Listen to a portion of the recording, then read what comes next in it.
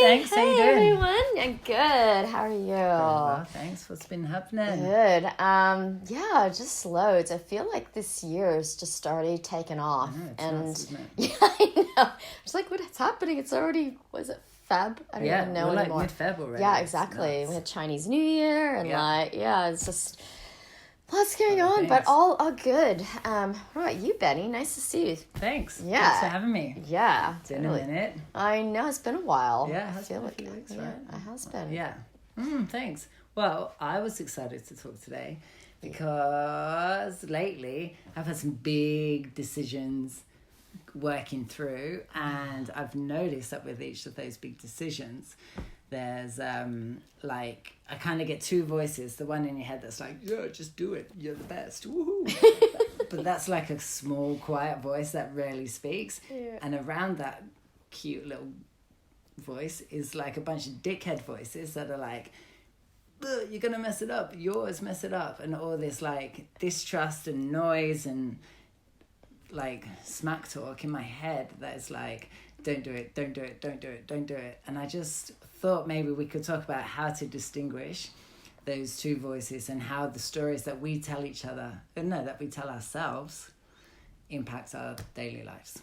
Yeah, And how to make it better. 100%. Oh, I think that's a really good topic. I've actually had the same thing kind of come up for me as well, like just today, and I was like, oh my God, what do? I suck. And all of a sudden going into this kind of fear and this scarcity mode, like, oh, and then this whole, I'm not good enough, and no, nobody likes me. Just I had the same thing come up to me, and I'm like, I just need to trust. Actually, I just went for a swim. I just need to have a swim and just like swim it away, just like let it go, which definitely helped. But you know, it doesn't solve. I mean, it's like the real problem, but it did temporarily just feel good to just kind of wash it away at the time. But I totally get that. So I'm kind of in the same predicament right now.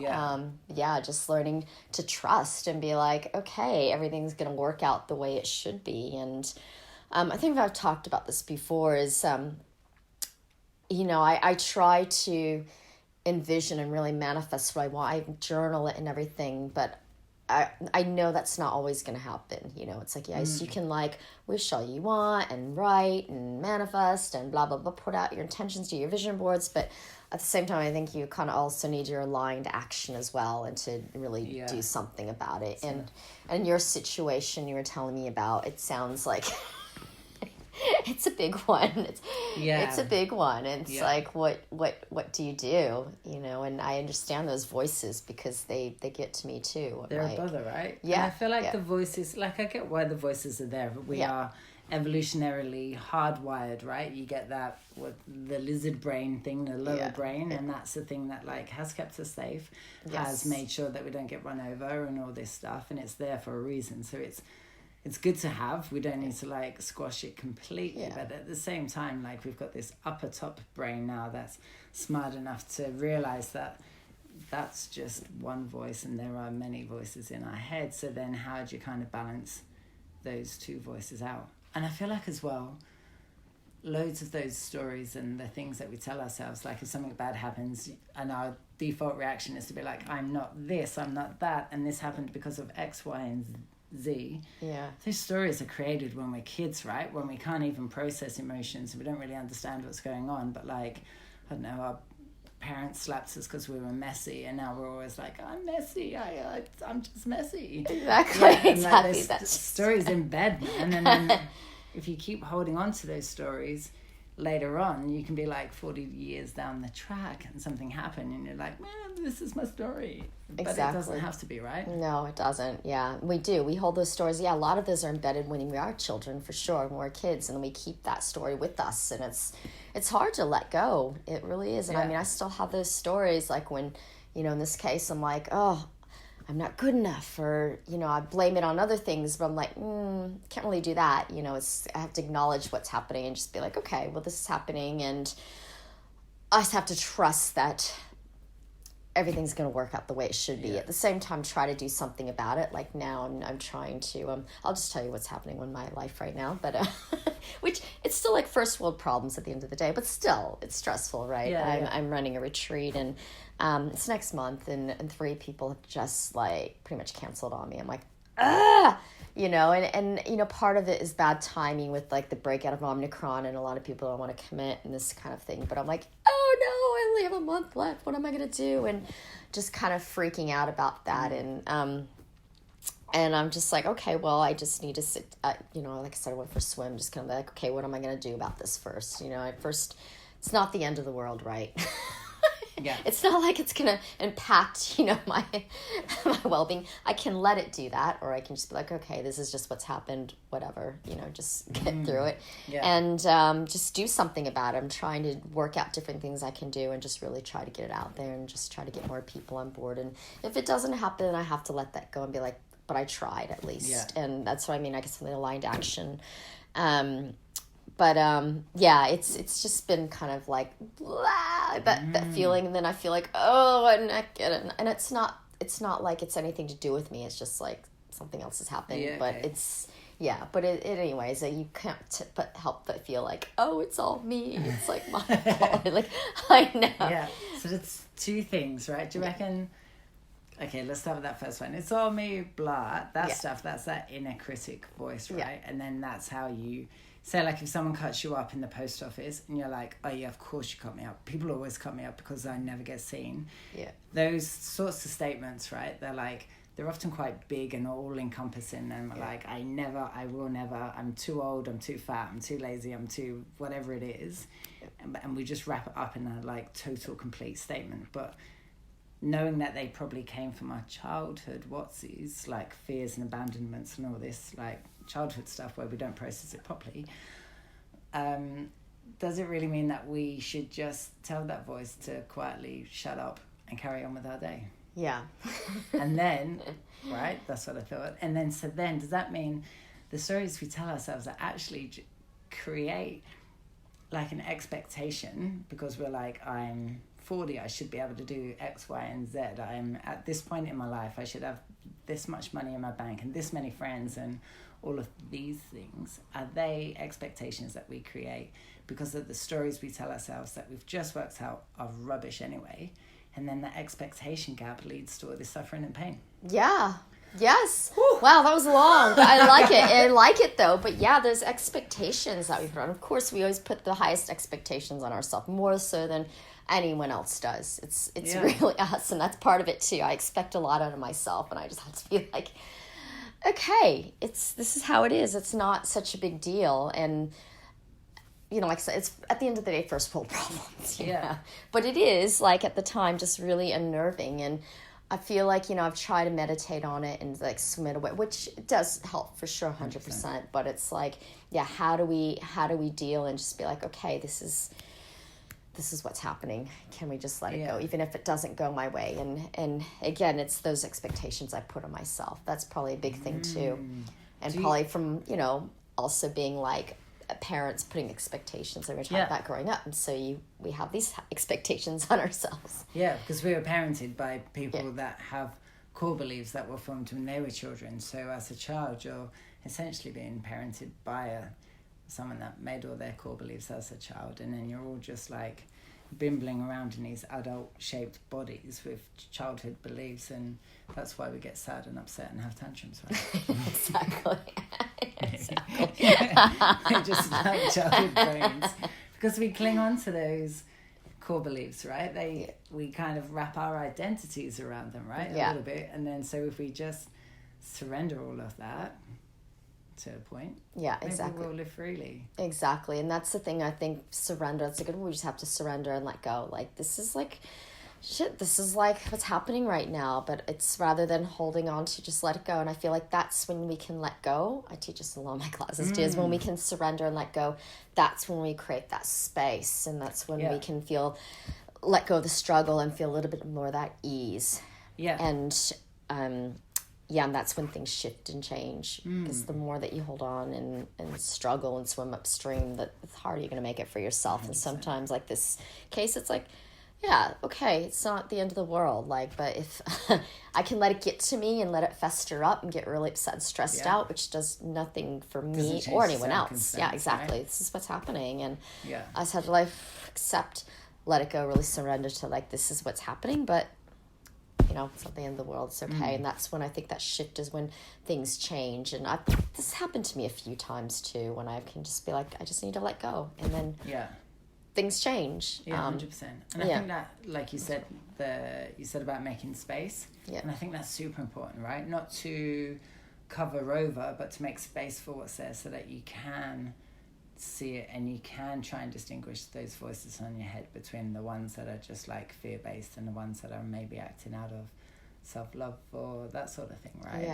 Yeah, 100%. Yeah, 100% self-love. But yeah, it's it is recognizing, finding that fine line, and just so and what helps you when you're in things like this, like right now for your situation? Maybe we should talk about that. Things that you can do. So the things that I like to do when I first started off on this little journey, I noticed the stories I told myself. Actually, I started like kind of keeping a mental track of what those stories were. I told myself things like, I've got no friends, I'm shit with money, so I'm going to mess it up. I told these stories, and then I started like logging them down, and they were all of the same type of thing, all of the same sort of theme. So then I just I gave the inner voice a name, and then I just told it to go away. Thanked it. Yeah. Cheers, Bob. You're a bit. Is that what you named your inner voice, Bob? Yeah. Yeah. Nice. Yeah, and then just got rid because it was just like this whingy old man. You're like, Bob, I love it. Cheers, Bob. I know. I'm gonna do this. I did tell it. Yeah, and that created space, and again, that space isn't to cover over, but to tease out what's there and allow, like, give you some wriggle room. It's like when we meditate, you kind of got to draw that bow back. So by taking the breath and kind of creating space to see all of your different thoughts and processes, you can move around a bit more freely in between the gap, right? Exactly. Because what I love about meditation, I always tell people there's no such thing as a bad meditation. It's like things can happen all the time, just like in our life, all these like disruptions and the noise and things, but it's like, how do you react to it and process it? How do you, how can you, I think that's the... Yeah, it's super true. With the shrink, I spent quite a bit of time going through some of those inner child pieces to work out where those stories came from. Why do I tell myself this? And normally it's like a key point when you're like, I don't know, between 2 and 8, about that something happened, it made you scared. You held on to that belief, and then we spent time with that little 8-year-old to soothe that person and let them know that, like, we've got their back. We're good now. Thanks. Yeah, 100%. Be quiet, Bob. I love it, Bob. No offense if your name's Bob. No, much. I know, totally. Yeah, me and Bob. This is kind of a funny story, but I don't know, you might understand. So it's very trivial to what I was talking about before, but I've had fear of spiders. I don't like spiders, right? And there's so many spiders living in Australia, so many, as you know, big crazy ones, and I'm actually trying to deal with them now, be friends with them. Like, the whole kind of thing, instead of being like, there's a spider, blah. No, I'm trying to be like, it's okay. It's just a spider. It's okay, we'll just get you out of here. Blah. Yeah, that's... And I feel like befriending those things, whether it's a fear or a story or a person you're afraid of because they think differently to you, approaching them with a bit of love and kindness works. Yeah, 100%. You're never going to have a bad day. Yeah. Maybe, hopefully. But but I agree. Approach it with love instead of like this fear and everything. And I'm like, So that's been something I'm working with is my fear of spiders and not freaking out when I see my house if you. Okay.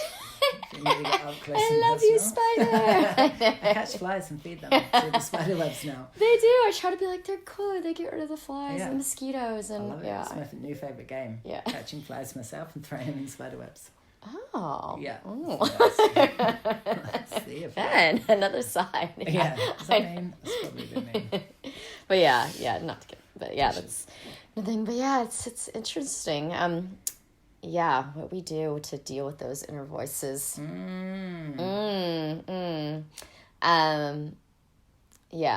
But that's kind of, I guess, what I've been trying to do is just let go and accept, surrender to it, and let go, because at the end of the day, like, sometimes there's just nothing you can do, and you can try. I think it's always worth to, like, try to whatever shift or whatever you need to do, but at the same time accept it and let it go. And yeah, get curious about it, see where it's coming from. Yeah, exactly. Yeah. And those voices, the ones that come up with self-doubt and I'm not good enough, that's, yeah, I guess sometimes I just be like, okay, it's just, yeah, it's not me. I have to like sit down and just sometimes, meditate on it, or just like.